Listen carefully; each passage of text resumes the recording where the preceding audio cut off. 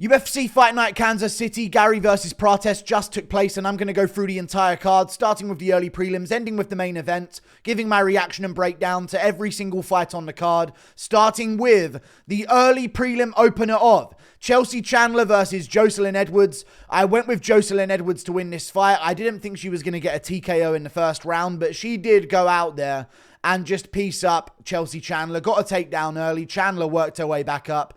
And then Jocelyn Edwards put her out against the cage. Chelsea Chandler seemed a little bit smaller for this fight. So maybe she was a lot leaner. I don't know. For some reason, I just felt like she looked a little bit leaner for this one. But she ended up getting TKO'd against Jocelyn Edwards pretty easily in the first round. Jocelyn Edwards, TKO, round one. I thought it was going to be a 29-28 decision. She just sort of landed a flurry up against the cage and sunk Chelsea Chandler in the first round. We move on. Up the card, Timothy Coimbra versus Roberto Romero. I went with Roberto Romero, and he was doing quite good, to be fair, with his pressure, but Timothy Coimbra's speed was the difference here. He had much faster punches. Roberto Romero was pressuring in, landing combinations, trying to get takedowns, got taken down in the fight, failing his takedowns, to be said as well. But he was trying to put pressure on Timothy Coimbra, trying to come forward and land shots at range here and there as well. But Timothy Coimbra in round two landed a big flying knee as Roberto Romero stepped in and badly hurt him.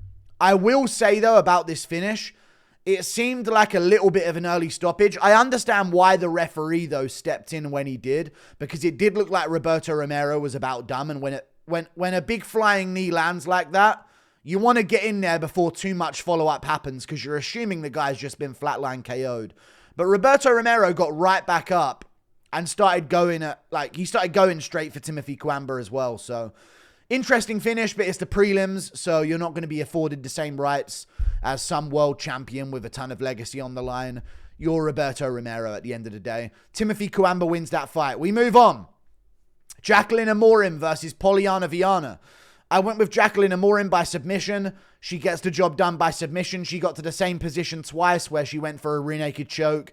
Kind of run out of time at the end of the first round, but got it in the second round by rear naked choke. Polyana Viana is just not an MMA fighter. She's just one of those women's fighters that's in there. She landed no significant strikes in the fight. Landed a couple like little tappy punches, but this was just one-way traffic from Jacqueline Amorim to get the submission win. I don't know what Polyana Viana's doing out there half the time. Jacqueline Amorim's pretty good, don't get me wrong, but it does feel like Polyana Viana's just sort of gone down the route of, okay, I got here because I'm better than some random bums on the regional scene in women's MMA. I've got my OnlyFans. I'm looking hot. I'm doing edits on Instagram. And now I'm just going to call it quits on training in general. So, yeah, I knew it. Jacqueline Amorim gets it done by submission. Very easy victory. Gets a rear naked choke. We move on. Malcolm Wellmaker versus Cameron Saaiman.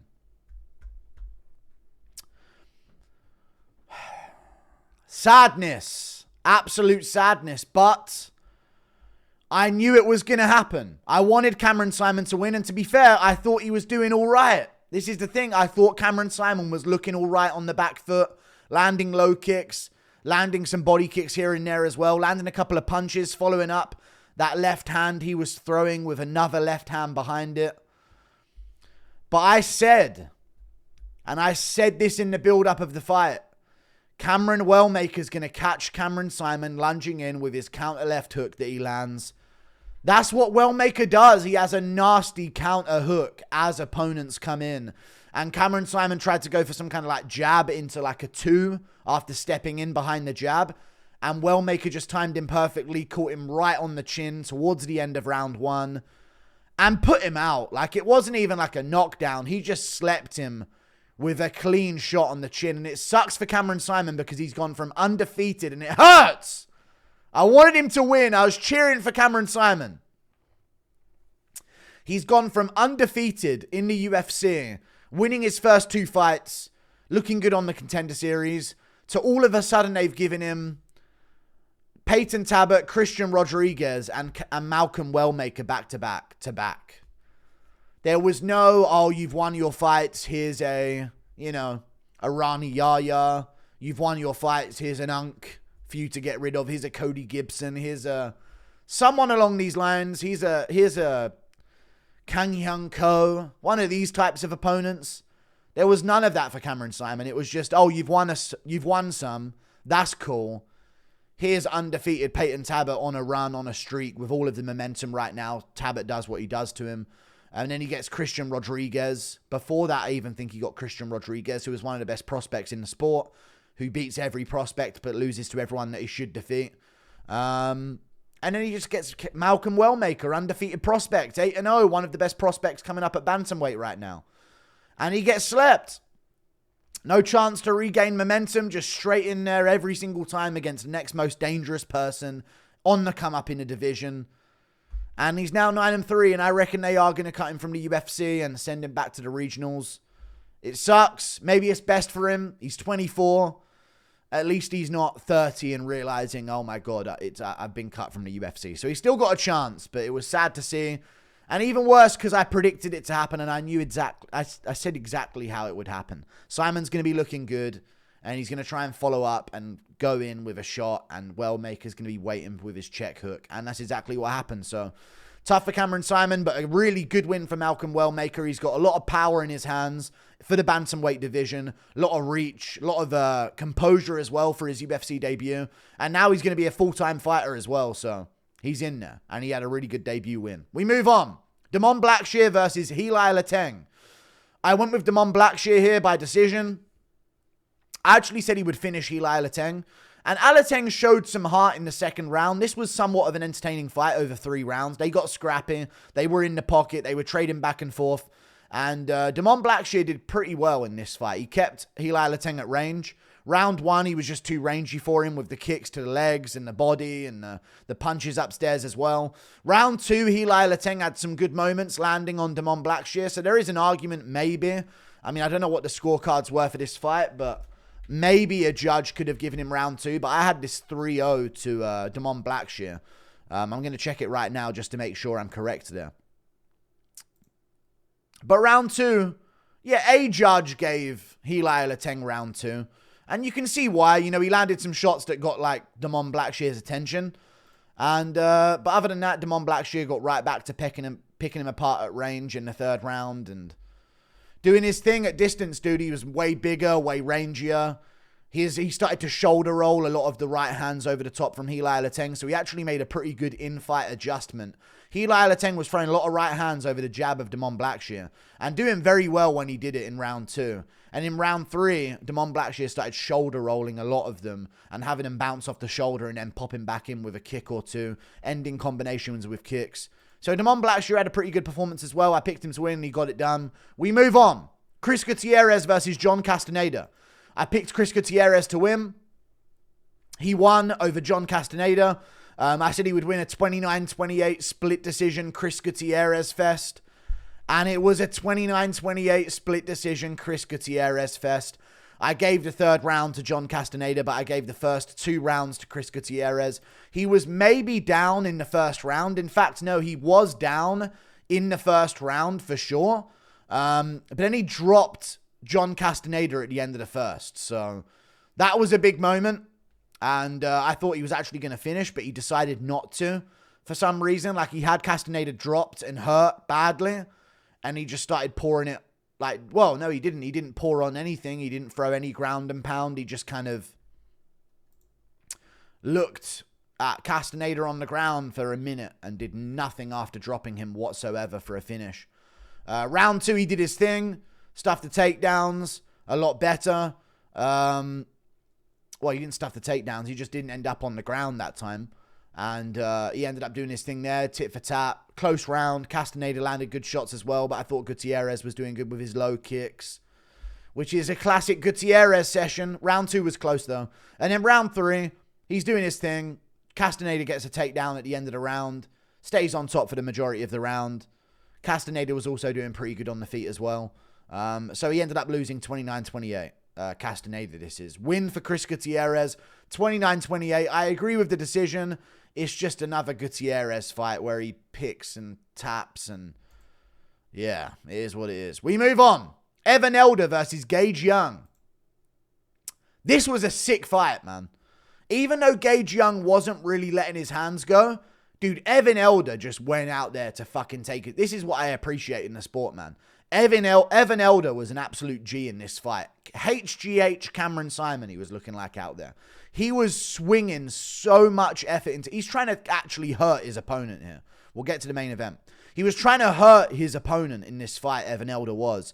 Gage Young got very, very slow start. Round 3 started picking it up a little bit as well. And actually started throwing and landing as well in the 3rd round. So that got quite competitive. But I still had every round here to Evan Elder. His scrambles were crazy. If he failed a takedown, he just spun right out of it and got back up to his feet. He's crazy athletic. And I think he's like somewhat undefeated in the UFC as of right now. I got to go back over his record just to make sure. But other than the Nazim Sadikov fight, which he was winning until the cut opened up. He dropped Nazim Sadikov. He was up on strikes. So I had him winning. Oh, he lost to Preston Parsons in his debut. All right. Well, Evan Elder looked really good in this fight, though. Body kicks were massive for him this fight. Lead body kicks over and over again. Smashing into Gage Young's torso. And Gage Young just couldn't let his hands go because the kicks were smashing into him. So, really good stuff from Evan Elder that fight. Brawled the entire time, tried to make it fun, tried to get a KO, tried to get a finish, and just kept up the pace. 115 strikes. Went for 210 significant strikes over 3 rounds. Insane from Evan Elder. Crazy output. And all of them were like trying to actually hurt his opponent. Not like tippy-tappy, gay little Ian Garry shots. Real fucking shots trying to hurt his opponent. So, really good stuff from Evan Elder. We move on. Matt Schnell versus Jimmy Flick. I actually took Jimmy Flick as an underdog here because I said he's going to be able to out-grapple Matt Schnell, and I don't trust Matt Schnell's chin. Matt Schnell ended up pulling it off. He just hit reversal after reversal, basically, on Jimmy Flick, and Jimmy Flick just was so dumb in round 2. Round 1, he's doing very well. He's winning the round. He dominates on the ground. All good. Round 1, no doubt about it. Jimmy Flick wins the first round. Round 2, he gets dominant position, and he's actually going for like an arm triangle, or an Von Flue choke, goes for an arm triangle. Doesn't quite get it. So he's up round 2 with about half the round to go, or about 2 minutes left in the round. Just don't jump guillotines to bottom position in MMA in 2025. What is so hard for these dumbasses to understand? If he would have just stayed on top position and sort of prioritized staying on top of Matt Schnell, he wins that fight. Now, in the 2nd and 3rd round, the fight actually got very fun. And Schnell and Jimmy Flick are going back and forth. Reversals, submission attempts that aren't quite in from Matt Schnell, escapes from submissions. Matt Schnell ground and pound with elbows on top position. So that's what won the fight for Matt Schnell. He landed good ground and pound in the 2nd round towards the end. I thought that gave him it, and he cut open Jimmy Flick. And then round 3, he just sort of did the same thing. Jimmy Flick was getting his takedowns, but Schnell was using guillotines to reverse position. He wasn't pulling them so he could end up on bottom. In big 2025, Jimmy Flick, man, diving for that guillotine in round 2. Dumbest thing I've ever seen. Not really, though, because there's even dumber moments this very same card. We move on. Ikram Aliskerov versus Andre Muniz. I went with Ikram Aliskerov by TKO. He won the fight by TKO. This was an interesting one. Andre Muniz did seem dangerous early on, but Ikram was more efficient with his work. So Muniz was throwing shots, and Ikram was sort of picking his shots a little bit better with jabs and twos down the pipe. And Andre Muniz crumpled to a baby little left hook. It was a weird one, wasn't it? It was a very weird shot for him to finally get put out by. Very strange. I went with Ikram Aliskerov, and it was a good win, and he got a TKO win, followed up with ground and pound, a whole bunch of it as well, eventually finishing Andre Muniz up against a cage. But it just seemed, I mean, if there was like, someone were to tell me like Andre Muniz had been paid to take a TKO loss in round 1, I'd believe them. He got hit with good shots this fight, especially to the body. Ikram Aliskerov was tagging him up to the body. Side kicks, front kicks, straight rights to the body as well. And Andre Muniz just crumpled to like the tiniest of left hooks. It barely even connected. It just barely dinked him. And he just went, oh, and crumpled to the canvas. And Ikram started pouring it on. So, really good win from Ikram Aliskerov. Predicted it this way, and this is how it went. We move on. Randy Brown versus Nicholas Dalby. I picked Randy Brown by TKO. Randy Brown got the job done by TKO. Won the fight very impressively. It was a knockdown for Nicholas Dalby in round 1. I don't think it was where Randy Brown had been slept and woke up on the canvas with Nicholas Dalby on top of him. But the punch did send him to the canvas. It was what knocked him down. So they went and knocked down a piece in this fight. So round 1, Randy Brown's trying to chop up the legs. Dalby's beating him to it a little bit. Dalby's so tricky, man, because he just don't stop moving and being aggressive, and he's actually trying to fight out there, not just moving around the outside and tapping and jabbing and moving and avoiding. Like, he's in there trying to brawl as well. So he's on the back foot, but he's cruising in now and again for some big shots. Round 1, Randy Brown's doing good. Breaks Nicholas Dalby's nose. Now, maybe he saw glimpses of JDM in front of him and then decided to get knocked down immediately afterwards. Gets clipped by Nicholas Dalby. Hurt by Nicholas Dalby. On the canvas, Nicholas Dalby stays on top for the rest of the round. After Randy Brown has genuinely spun Nicholas Dalby's nose to the other side of his face and smushed it completely, horribly on his face. Then, round 2. Dalby starts getting stung by shots. You can see he's not liking the feeling of getting hit on that broken nose.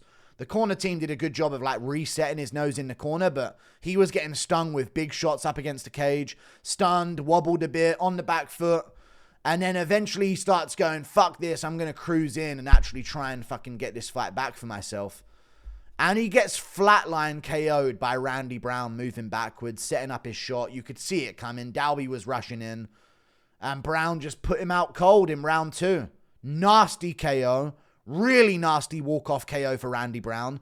Definitely a performance bonus for him. And definitely a big fight for him next in the welterweight division as well. So, really good stuff from Randy Brown. Wicked KO. Looking for the finish. Striking to harm his opponent. I mean, this was just amazing to watch from Randy Brown. Great performance. One of the more underrated welterweights. Just how good is JDM? We move on. Mikael Pereira versus Abbas Magomedov. Not the best. Not the best fight whatsoever. But round 1... Abbas Magomedov hurts Mikael Pereira. 2 minutes into the fight, Mikael Pereira's completely gassed out. They both gassed out in this fight, though. But round 1, Abbas Magomedov's getting takedown. He got a takedown. He rocked Mikael Pereira on the feet. He was landing teeps to the body and low kicks early on. He was just better on the feet than Mikael Pereira in the first round. And he hurt him badly in the round. But Mikael Pereira stayed in the fight, got back up from the takedown. And Abbas Magomedov wins the first round 10-9 pretty clear. I gave Abbas every single round. Round 2 was reasonably competitive. And Mikael Pereira did land shots, but none of them did anything to Abbas Magomedov. Like, they might have peppered at him and stung him now and again, but Abbas was the one landing shots that made Mikael Pereira back up and look exhausted and look more defeated than Abbas was. Now, Abbas was also very tired as well. This was a very lousy middleweight matchup to watch. But Mikael Pereira looked good. No, he didn't. No one looked good. Abbas kept to the game plan, at least. One thing I will say about this one, though. Round 3. Abbas Magomedov is...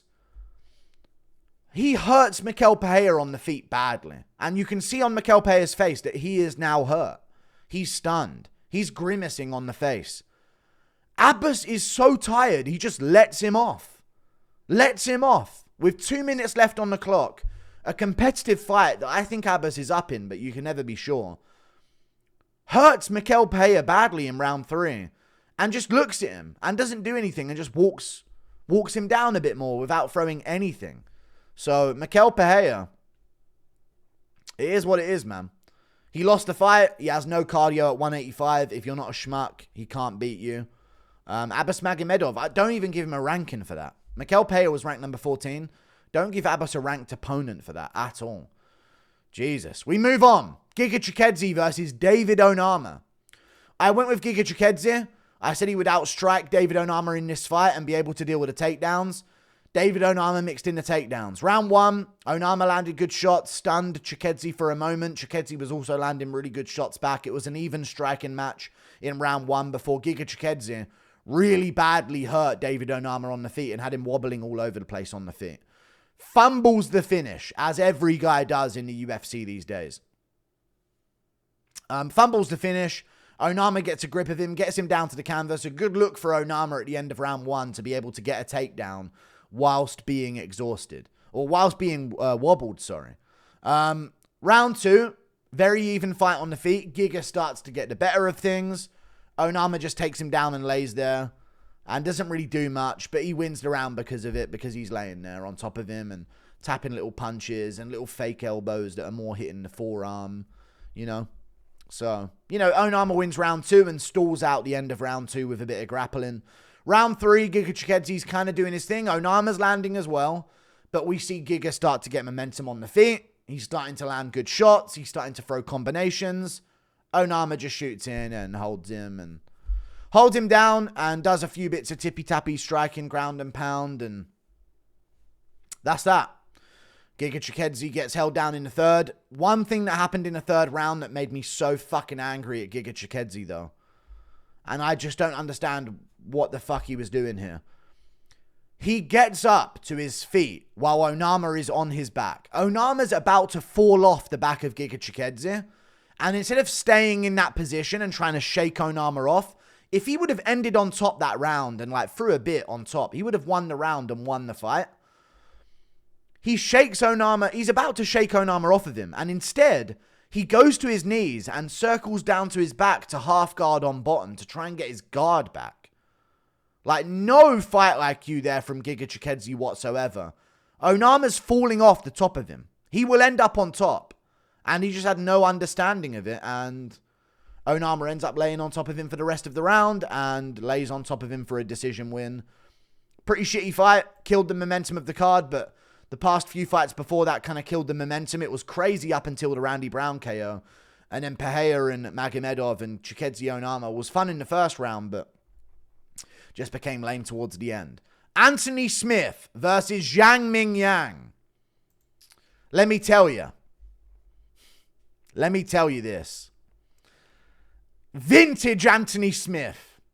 Had a blast watching this one. I even called in my prediction that he was going to go out there. And I called Abbas as well as an underdog. I called that Anthony Smith was going to go out there, give some kid a hat in the crowd.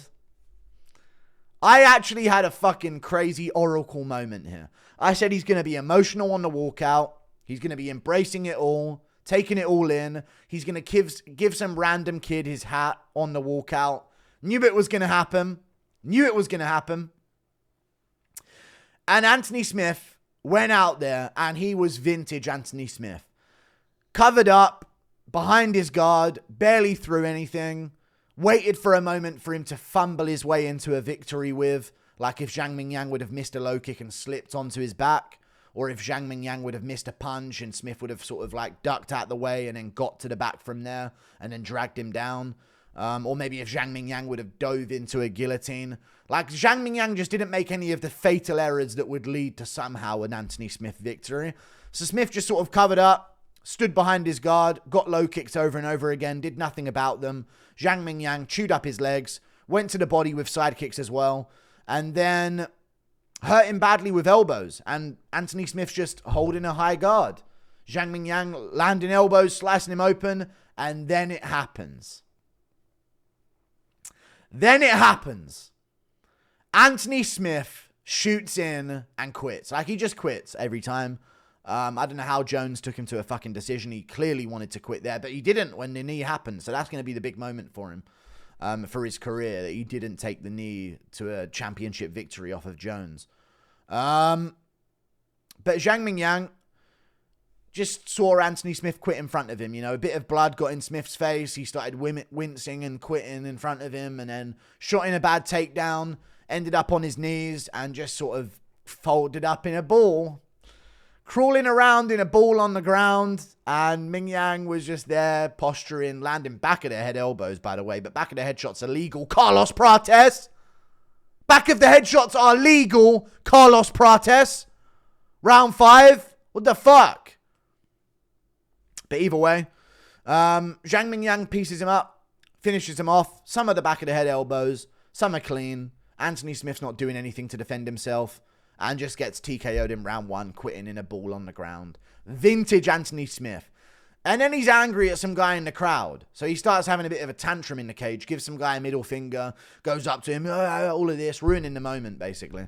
Ruining Zhang Mingyang's victory. Then even more vintage Anthony Smith.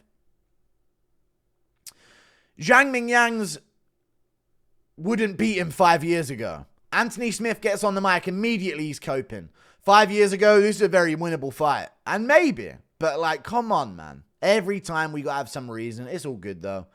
Why go out there if you know? You know? And then he sort of calls it quits. They give him a retirement package of all retirement packages. Michelle Waterson wishes. Stipe Miocic wishes. He got none of this. Stipe Miocic got none of this energy from his retirement package. They literally just said to Miocic, "Oh, see you later, dude." That's all they did. And Zhang Mingyang got a TKO win. And there goes Anthony Smith. I actually feel sad. I got a little emotional watching it. Tears of laughter and joy watching him do his thing one last time. But then there was also a bit of sadness deep down that was like, we're never going to see Smith curl up in a ball on the ground ever again and be called Lionheart. So, shame that Stipe Miocic didn't get any of that treatment. But hey, Anthony Smith, the legend that he is. We're setting the bar low, by the way. We are setting the bar quite low. We're going to have to do this for a lot of fucking fighters now. So, it's tough. We move on. Ian Garry versus Carlos Prates. Ian Garry wins. Boring decision. Bedtime MMA. Dude. He just picks what will anger people if it happens, and it works. The best base for MMA is the worst possible result. That's honestly it. Like, genuinely, the best base for MMA wins and predictions is what don't people want? Ankalaev decision, holding Pereira up against occasion moments, and Pereira don't throw shit. We'll go with that. That seems to be the way to go in MMA predictions now. So, there's a new meta on the block, I guess. I keep thinking, I don't think in the way that what do I want to happen or what would be fun to happen. I thought Prates would catch Ian Garry because I've seen Garry caught by a lot of opponents. And I thought Prates was at that level to do that. Now, Ian Garry has massively improved. Or changed. Let's say changed. He's changed. There's no desire to entertain. He will win. That is Ian Garry's approach now in fights. And you know what? I'm not just going to trash Ian Garry. I had to harp on it because when I do the live stream, I get angry. I'm rooting for someone. I want to see Ian Garry get slept. Which I thought we were all in agreement on, but apparently not. We're not in agreement on that. Because I didn't pick it to happen. If I picked Ian Garry to win, we could all be in agreement of it. But because I didn't, I guess I'm wrong. So I wanted Ian Garry slept and destroyed. He's a fucking annoying cunt. We all know it. And he's boring to watch. But he's very good and very technical. But Carlos Prates, throw a fucking shot for the first 3 rounds. You're the cigarette smoker. I thought there'd be urgency early and disaster late. That was the payoff. But no, the cigarette smoker's like, oh, can't wait for the 4th and 5th round. The cigarette smoker can't wait for round 4 and 5 to get going. Had a cigarette the day of the event, just before the fights, before his walkout. Maybe a couple drinks of alcohol as well. He can't wait to get going in the 4th and 5th round. What are we waiting for? Now, Ian Garry did a good job of kicking at his arms, and even though Ian Garry is dull, and he hasn't, had a moment of entertainment in his last 4 fights, so much so that if he gets someone's back, it's like a crazy moment to discuss. But he did good. You know, he out-technically struck Carlos Prates for the first 3 rounds of the fight. Very clearly, and in round 4, he was doing it again at the start, but Carlos Prates started to have moments at the end. Ian Garry failed a bunch of takedowns, got some, but immediately Prates was back up. Shot 19. That's insane. Shot 19 takedowns is insane. It seems to be the new meta in MMA as well. The new way of doing things is to fail takedowns. Like, just shoot them. I think Masvidal flying knee and Ben Askren. And some other moments, you know, like a Lerone Murphy over a Makwan Amikani. And some of the other moments where someone's been kneed in the face. Romero doing it to Chris Weidman. There was like a moment where a lot of these things were happening around the same time. And we had this idea that, oh, you can't just shoot takedowns over and over. You'll get kneed in the face. No, that's a 1 in a million thing. Shoot takedowns over and over again. You can't afford to not shoot takedowns in MMA fights. Shoot them over and over. Fail them. Fail nearly all of them. Don't get any success from them. Don't approach any dominant position. Don't do anything with any of the moments. Prates slipped in round 1 at the end of it. Garry landed a few good ground and pound shots, cut his eye a little bit. That was a good moment from Ian Garry early. And in round 3, he actually stung him with an uppercut as well. And then tried to follow up, but it wasn't really there. But Prates definitely felt the uppercut. But just shoot takedowns, man. Fail them. That's the new way. Every fighter needs to start thinking about this more and more. If they want to be a well-rounded MMA fighter and win at the top level, fail takedowns. You ain't shooting them to get them. You're just shooting them to go for them. And the guy's going to have to defend him in front of you. And if he's not doing that to you, you have an advantage. Absolute fact. If he sprawls you and you're down on your knees in front of him, he can't knee you in the face. He has to worry about that. That should be the ultimate disaster for someone who's failed a takedown. There should be that consequence. But on your knees in front of another man in MMA is the only time you are safe from repercussion, which is weird for a combat sport to do. But Ian Garry looked good on the feet. His kicks were very good. They didn't land, but they hit the arms of Prates. And I wouldn't be surprised if Prates had broken a forearm, blocking a lot of those head kicks from Ian Garry. So he just wouldn't throw the left hand, basically, because he was keeping it pinned to his side, and he was trying to do work off the lead hand, but it just wasn't working for him. He threw a couple inside low kicks, but nothing really. There was no urgency in the first few rounds. He was just thinking to himself, this guy's failing every takedown. He's whiffing every punch nearly. He's got high output, but ain't shit happening to me. He will slow down, and I'll get him. That did happen, but he didn't get him. We'll talk about the 5th round in a second. Ian Garry, great first 3 rounds. Some punches landed, some that made you go, oh, you know, some actually did look like he intended to hurt Prates with them. The kicks were blocked. Some of the body kicks were good. He stomps a lot. The stomps are always there for Ian Garry. Moving around on the back foot, non-stop, moving around on the back foot, non-stop, moving around on the back foot. And Prates just couldn't get to him. Anytime Prates closed him down, Garry's out and moving. And anytime Prates actually gets to him and lands, and then you're like, oh, he landed a lead hand. Here we go. Ian Garry's failing a takedown on him and then just using it to get him up against the cage and hold him there. He failed, how many? 15 takedowns in this fight. Got 4 of them that Prates got immediately back up from. So he just failed 15. So anytime Prates had a level of success on the feet, fail a takedown. Just fail a takedown. You ain't going to get guillotined unless you're a retard. And you ain't going to get kneed in the face. That shit just don't happen anymore. It nearly did in the later rounds for Prates, though. That's what we'll talk about now. Good technical performance from Garry. Really dull. He hasn't harmed really an opponent in the last 4 fights that he's had. Jeff Neal, bunch of scooting around doing fuck all. MVP, bunch of scooting around doing fuck all. Stalling out grappling positions. Same thing here against Prates, but he had a little bit more output than those other ones. 5 rounds would help with that, but also Prates' lack of throwing anything in the early rounds will also help with that as well. What was the other fight that Ian Garry had? Rachmanov, you know, bunch of nothing, teep, touchy, no ability to hurt anyone or anything in front of him, failing takedowns. Got one in the 5th, though. That was his big moment. He got a takedown and got the back in the 5th and failed to choke. Whoa! You know, Ian Garry's crazy fun to watch. Everyone should enjoy watching him, even though there's no chance he'll get a highlight reel at top level. For some reason, we have to say that. Prates actually starts breaking him in round 4 and 5. He does. Straight up, he does. I didn't expect it. And once round 1 and 2 were over, I literally said to myself, it's going to be an Ian Garry decision. It's going to be an Ian Garry tit for tat, tappy decision. That's it. That's what we're getting. We're getting a tap decision from Ian Garry. Sparring session. I'll talk about the touching gloves in a second as well. Carlos Prates does well at the end of the 4th round. Ian Garry's doing well at the start. So it's actually still a contention round. Like, it's a swing round still. But Prates broke his nose in round 2. Or round 4, sorry. He, like, busted his nose and had it popped. And there was a cut on it. And there's blood coming out of it. And he opened up the cut as well. So I'm like, okay. He's done damage. He's actually harmed Ian Garry with strikes in the fight. So that was a moment. And he actually started to land some good shots at the end of round 4. The fight clock stopped with 5 seconds to go at the end of round 4.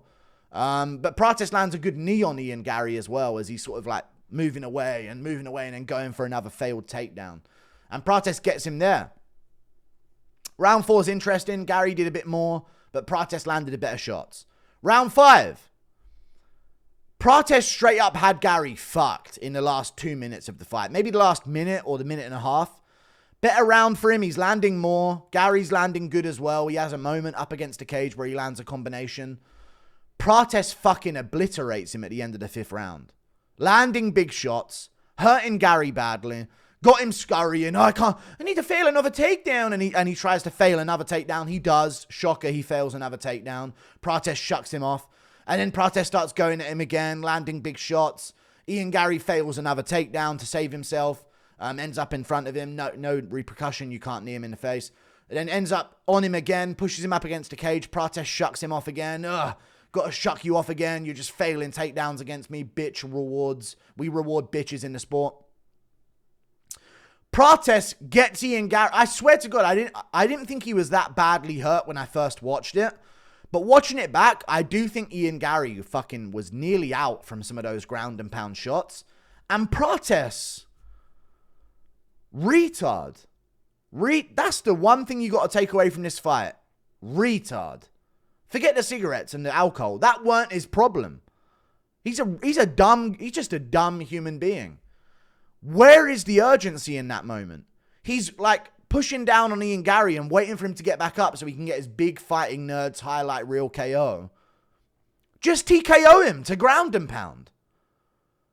Land more. He's hammer fisting Ian Garry on the ground and Ian Garry's out for a second, rolling over, crawling to the cage. Don't hurt me. And Prates is pushing down his head, punching again. Gary's on his back, looking up. And Prates is raining down shots on him. And then Garry just goes in to fail another takedown to save him. Please, no, don't. And Prates pushing down on him and just waiting. Pushing down on him and waiting. Gets on top again. Ian Garry shooting in a failed takedown. No, please don't. You're not supposed to hurt your opponent. And then Prates is smacking him with shots, hammer fists, and then stops. That was the craziest part. Just stops. 20 seconds to go, 30 seconds to go. Needs a finish. Just stops ground and pounding Ian Garry. I need to get dominant position. I need to scramble out of this and make sure I get half guard on top to end the fight. You need a finish. You need a finish here. Go for the finish. And he's like, and he just stops landing. He stops throwing. Gary's like in on him on the side. Throw side ones. You can throw back at the headshots. I know it's sad to say throw back at the headshots, but you can. Ish. To around there. And the ref's going to let it happen. Prates should have sprawled that and gone bam, hammer fist, and tried to get a 10-8, because if he did, that would have been a draw. He would have got the 4th and he would have got a 10-8 in the 5th, and 2 judges would have scored that a draw. But he had no urgency at the end. And then when he got back up, he was like waiting for it. Gary's moving away again. Get away. Shoot in, fail another takedown. And that was it. The fight's over. Ian Garry wins. Very technical on the feet. Very skilled at what he does. Avoiding, low kick, stomp, kicks up high. Like, he's good at keeping his distance and his range. When he comes forward, he does all right in combination, but he rarely does it. He did it once in round 3. Other than that, not really any other time in the fight, other than early in round 5 maybe, and early in the 4th, perhaps, on an occasion. But Ian Garry wins, and I hate it, and I want Buckley to KO him now, and now Buckley's going to TKO him, and I'm going to let Buckley TKO him, and Buckley will deal with this, and entertainment will rise to the top, and we got to stop this failing a takedown fucking meta in MMA. We have to have people that want to take people's fucking heads off at the top of the sport again, and I'm fucking sick of these pussies. Great performance, though. Great technical fight. It's 6 a.m. Try and harm your opponent. Stop trying to win a points match. Glove touching. I'll get into glove touching. It's a fucking 5-round main event. Your top contenders in your division, Prates especially, slap that fucking hand away and spit at Ian Garry. Every fucking time you stuff a takedown. Good job. Good job. Give me a high five. You did a great job. And Prates is like, I did a good job, right? I stuffed the takedown. Anyway, back to doing fuck all. Get on him. What am I watching? You guys being friends and touchy, sparry, until it's like round 5 and in the end of round 4. But until then, brother, stop touching gloves every round. A hug at the end of the fifth. Big hug. You've just been winning 3-1 against me, clearly. Or maybe even 4-0. Big hug. Get on him. Start fighting. Fucking hell. Like and subscribe. Ian Garry wins. His style's really good. I wish I would have picked him to win, because then I could have this take. Because I picked Rakhmonov to win, and I was like, oh, Garry doesn't harm his opponent. It was actually a pretty bad performance. Everyone agrees with me. MVP, you know. Who did I have winning that one? But everyone agreed that was a really bad, dull performance from Ian Garry. Even though he landed 101 total strikes in the fight, or landed 65 to MVP's 52. I know that Garry outlanded Prates more than he did MVP. But that was unanimously agreed to be very dull and boring, and he's stalling it out, failing takedowns, and not doing really anything to harm his opponent on the feet. But he was still landing shots on Prates, I guess, so that's the difference. Jeff Neal, he outlanded him by a lot. He picked him apart in moments, but everyone still called it boring. But this was, I can't think it for this one, I guess. So, not the best. But technical performance, he's very good. I don't think he beats the top guys, but hey, maybe with a full camp, he could be even better. So, he did slow down in round 4 and 5, right? So, maybe he does do a little bit better with a full camp. Ian Garry wins. Backup opponent, apparently a title fight next. After that, I don't know why the UFC will reward that. I just don't understand. We need to start rewarding proper savages, which I guess is why JDM got the shot instead of him in the first place. Like and subscribe. Save us, JDM. Save us, Joaquin Buckley. Save us, JDM. Save us, Joaquin Buckley. Please, we beg of you, save us. Save us, please. Like and subscribe. Thank you for watching. Toodle Pip. I'll see you later. Goodbye. I did good on picks. Didn't get the main event, but I did well. I went 10-4. And I got some underdogs. I got Abbas Magomedov as an underdog. I got that one pretty well. And that was a good underdog. I don't know why he was an underdog, to be honest with you. I should have got Giga as an underdog as well. I'm actually annoyed about that. I got everything else right on the main card other than that. And then everything right on the prelims. Flick threw it away with his guillotine attempt. I should have got that one.